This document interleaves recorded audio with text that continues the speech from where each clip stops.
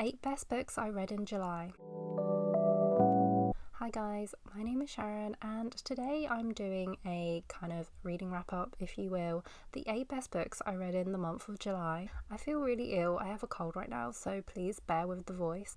I can't believe we're in August already. July was actually quite slumpy for me. I feel like I picked up so many books and just DNF'd them all and nothing was really sticking. But you know, to have 8 books that I really liked last month is not too bad. We have some thrillers, romance, lit fic. So I'm just going to go through them in the order that I read them. First book, Dissection of a Murder by Jo Murray. This is the thriller of the moment, one of the most talked about debut thrillers of the year so far. You're following a defense lawyer called Layla and she's taken on her first big murder trial, and her client has been accused of unaliving a well-known judge. The defendant and prosecutor she's actually going up against, though, is her own mentor and husband. You have dual timelines and POVs here. For a legal thriller, this was quite easy to digest.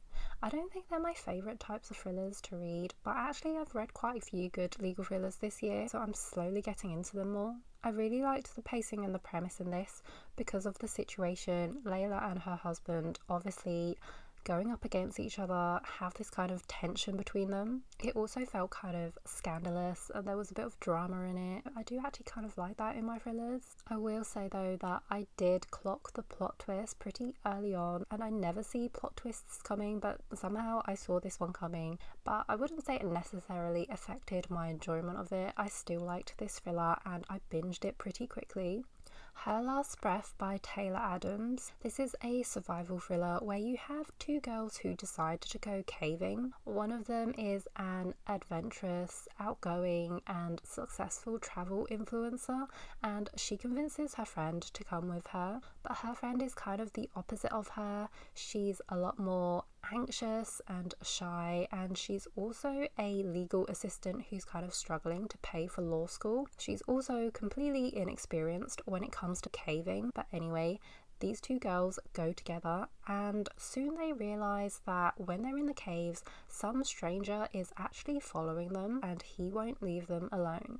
I kind of saw the direction that this was going in, but the twist was still pretty clever. I don't know how much I love a setting like this where pretty much the majority of the thriller is just set in the caves, but this was really tense and Taylor Adams still made this really interesting.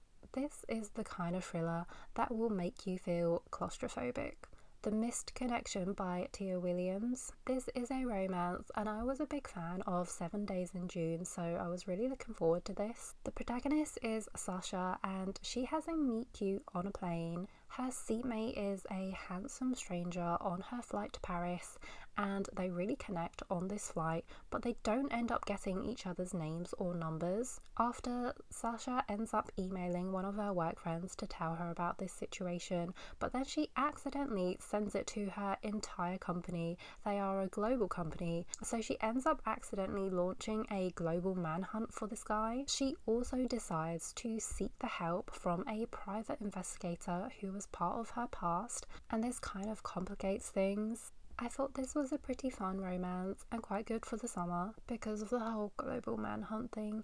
You obviously do get the rom-com vibes, but then at the same time there is emotional depth to this as well because the characters have gone through some things in their past which are a bit heavier, so there is a good balance. And I haven't actually read that many romance books this year compared to normal.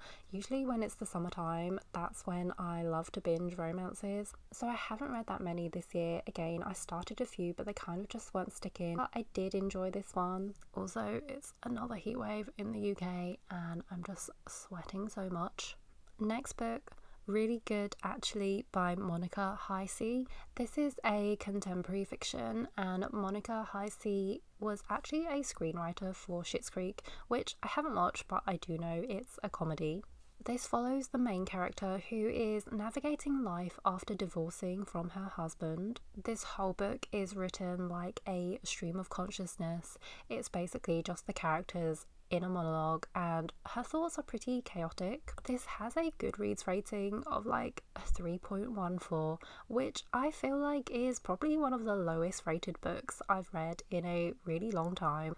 I mean, not that 3 stars is bad for a book, but I feel like a lot of the books I actually tend to pick up, if I think about it, are usually like 3.6 or higher on Goodreads. I've seen a lot of mixed reviews saying how this book is just so millennial and the character is exhausting, which, you know, I do get. But I'm gonna defend this book and say I actually quite liked it. Maybe because I'm a millennial myself, but I actually really enjoyed the writing. Is it just me?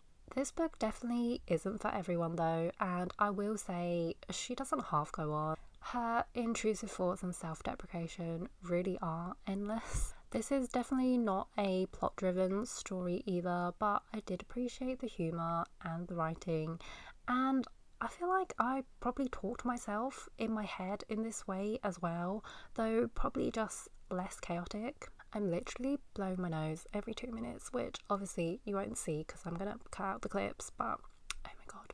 Mad Mabel by Sally Hepworth, and like a lot of her other books, this is a more slow burn, character driven kind of suspense / mystery story.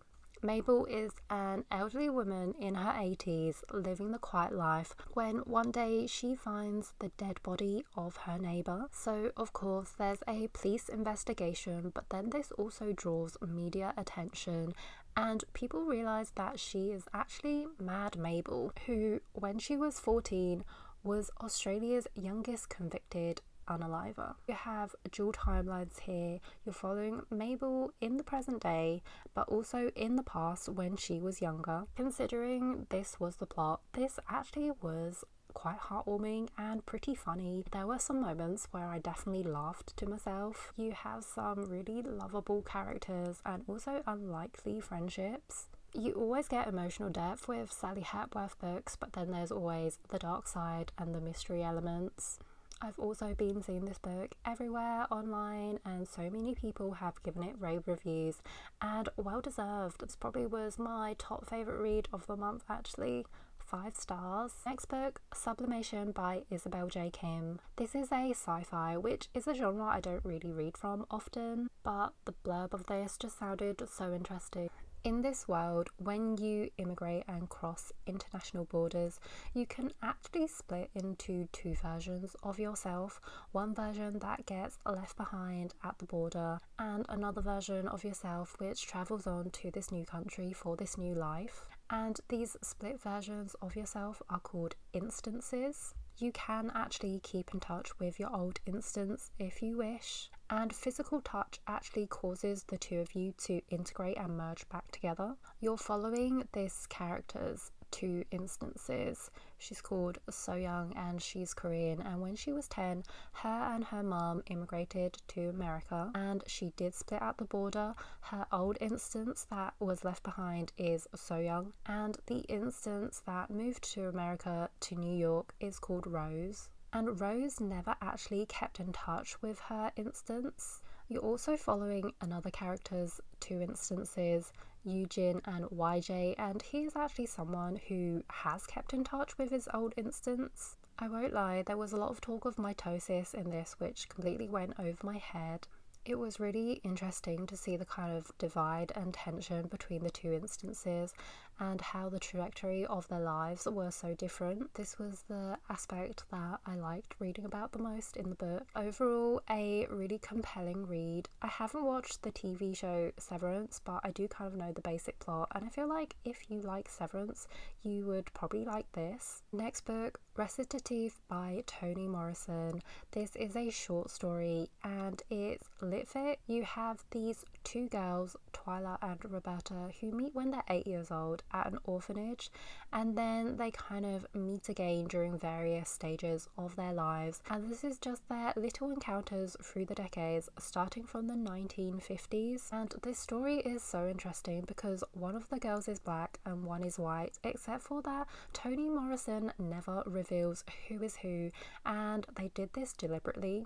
This story is really short. The audiobook is less than an hour long, but for a story so short it really packs a punch and it's just so layered. This really challenges your racial bias. Just a really clever and thought-provoking concept. I definitely do want to read more Toni Morrisson. And the last and 8th best book I read this month is Crazy Rich Asians by Kwan. I actually spoke about this book in my last video, Books to Get You Out of a Reading Slump. This is a romance and it's following the two main characters, Rachel and Nick.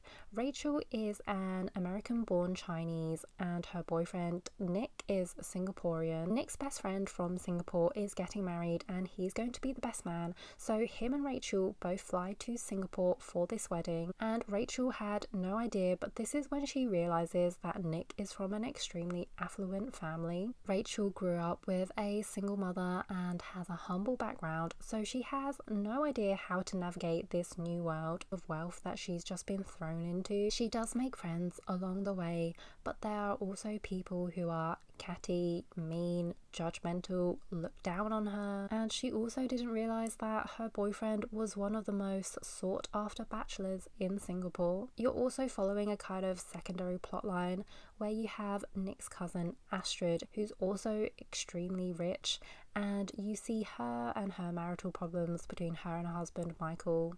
This is just a really fun read for the summer. I'd never actually read this book, but it's one of my favourite films. I also love all of Kwan's descriptions on the food, the scenery, the clothing. He's just so good at setting the scene and painting this rich, lavish imagery. I also just love it when authors write about food. Such a fun read. I like this book just as much as I like the film. So those were my 8 favourite books of last month. If you liked this video, please like or subscribe, it would really help the channel out. I post mainly book recommendation and reading wrap up videos. I read a lot of thrillers, but I also read a lot of other genres as well. Thank you for watching and I'll see you in my next video.